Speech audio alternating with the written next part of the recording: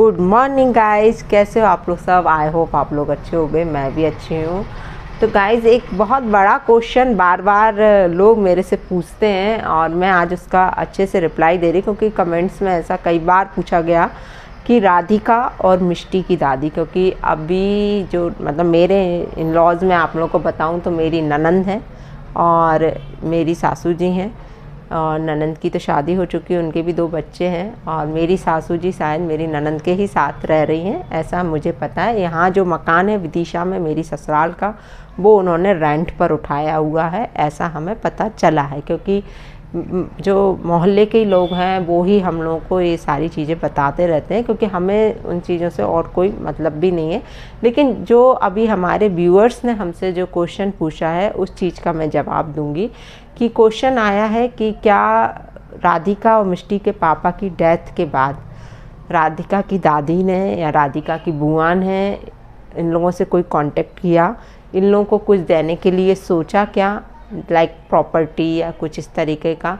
तो मैं आप लोगों को एक बात अच्छे से क्लियर करना चाहती हूँ कि उन्होंने कभी कोई कांटेक्ट नहीं किया। जिस दिन मतलब इनके पापा की डेथ हुई थी राधिका मिष्टी के, हम लोग खुद ही वहाँ पर गए हुए थे। इन लोगों ने तो हमें बताया भी नहीं था कि इसके पापा की डेथ हो गई है। जब मोहल्ले वालों से हमें पता चला तो हम खुद ही बच्चों को लेके वहाँ पहुँचे थे और राधिका का खुद का मन था उनका फ्यूनरल करने का, क्योंकि राधिका के खुद वर्ड्स थे कि मम्मी पापा ने तो हमारे लिए कुछ भी नहीं किया, लेकिन जो हमारा मतलब फ़र्ज़ है उनके लिए वो ज़रूर हम निभाएंगे।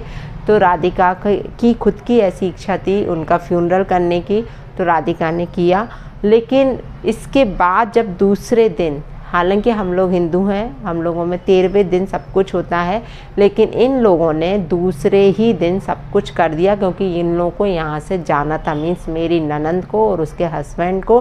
तो इन्होंने आनन फानन में रात शाम को, जिस दिन डेथ हुई थी उसके दूसरे दिन जब इनका फ्यूनरल हुआ, तो शाम को 4 बजे दाह संस्कार हुआ था इनका, और सुबह सुबह 8-9 बजे ये लोग का कॉल आता है हमारे पास, हमारे नंबर पे, और बोलती हैं हमारी ननंद कि वो हम लोग है ना उज्जैन निकल रहे हैं और राधिका को लेके जाना है।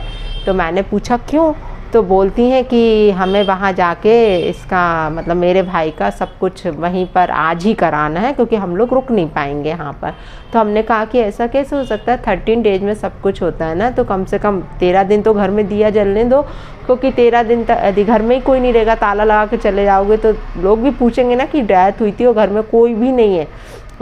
तो बोले यहाँ कोई देखने वाला नहीं है, इसलिए मतलब हम लोग यहाँ नहीं रुक सकते। जबकि उनकी माँ हमेशा से ही यहाँ रही है अपने बेटे के साथ, और ऐसा नहीं है, लेकिन उनको उस टाइम पे वहाँ पे, और जबकि बहुत स्ट्रॉन्ग लेडी है। आज हम लोग मतलब उनके आगे ढीले पड़ जाएंगे, लेकिन वो बहुत ज़्यादा स्ट्रॉन्ग लेडी है। मैंने ऐसी स्ट्रॉन्ग लेडी अपनी लाइफ में नहीं देखी, क्योंकि जब उनका बेटा भी ख़त्म हुआ था तो मुझे उनको देख के लग रहा था कि उन्हें इतना कुछ ज़्यादा दुख नहीं है।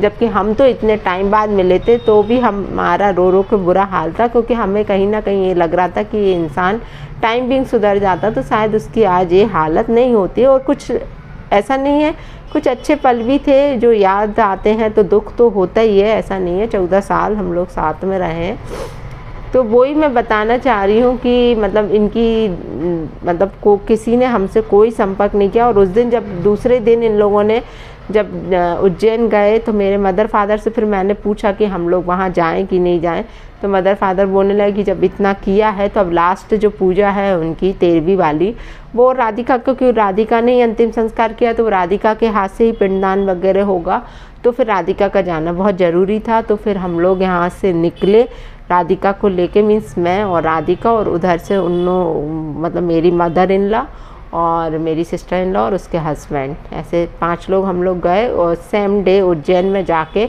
इन लोगों ने कॉल वगैरह कर दिया था वहाँ पे घाट पे, तो सब कुछ तैयारी पहले से थी वहाँ पे।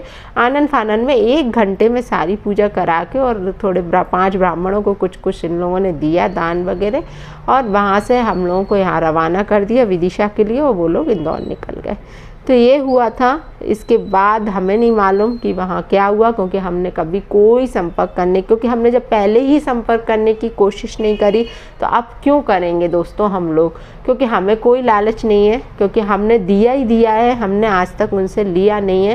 क्योंकि जो मकान विदिशा में है वो मकान में पैसा मेरा लगा हुआ है, ऊपर वाली पूरी फ्लोर पे मैंने 10 लाख रुपए लगाया था, लेकिन हमें कभी कुछ नहीं मिला है वहाँ से। और हम सच बताएं तो हम आशा भी नहीं करते, हमें ऐसा कोई पैसा नहीं चाहिए।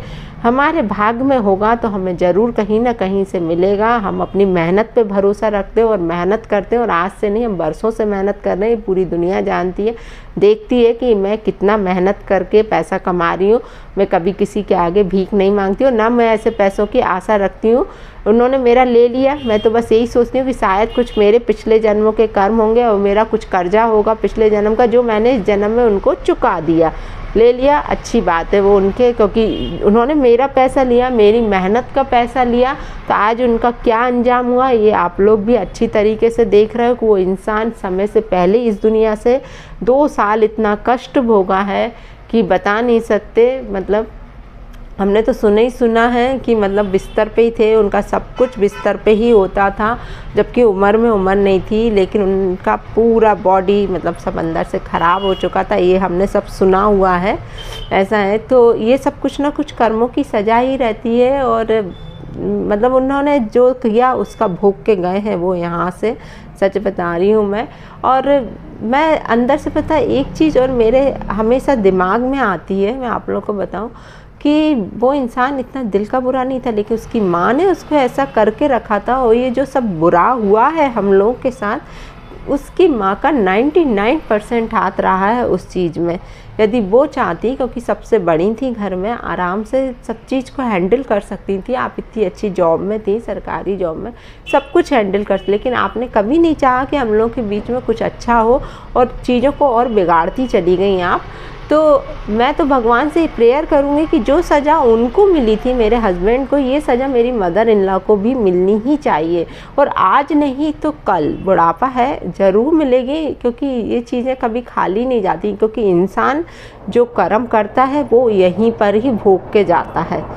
इसलिए मुझे उन चीज़ों की कोई लालसा नहीं है, उनसे पैसे मांगने की भी कोई लालसा नहीं है। मैं सच बताऊँ, मेरे से तो कितने लोग बोलते हैं कि राधिका और मिष्टी का पूरा हक है उस प्रॉपर्टी पर, क्योंकि वो उनके फादर का है, और फादर मतलब यदि चलो फादर के नाम भी नहीं है तो उनकी मदर का भी है।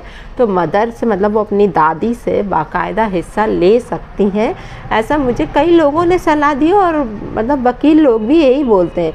लेकिन मैंने हमेशा मना कर दिया कि मुझे इन प्रपंचों में पढ़ना ही नहीं है। मैं बहुत सेटिस्फाई हूँ अपने आप में, बस भगवान मेरे बच्चे पढ़ जाएं, मैं इतना ही चाहती हूँ।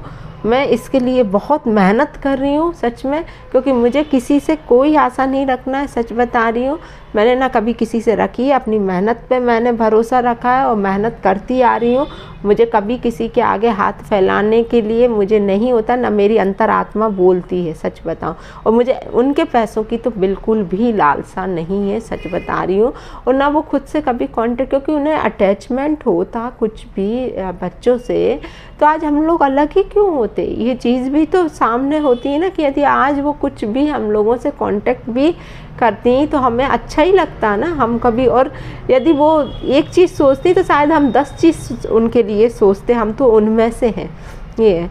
लेकिन उनने कभी कुछ सोचा ही नहीं है हमारे लिए, तो हम क्यों, हम तो बस यही कहते हैं भगवान से कि हमने तो सब दिया ही दिया है। हम सच बता रहे हैं, उनको हमने कभी लिया नहीं, और ये हमारा भगवान साक्षी है कि हमने 1 रुपये कभी उनसे नहीं लिया।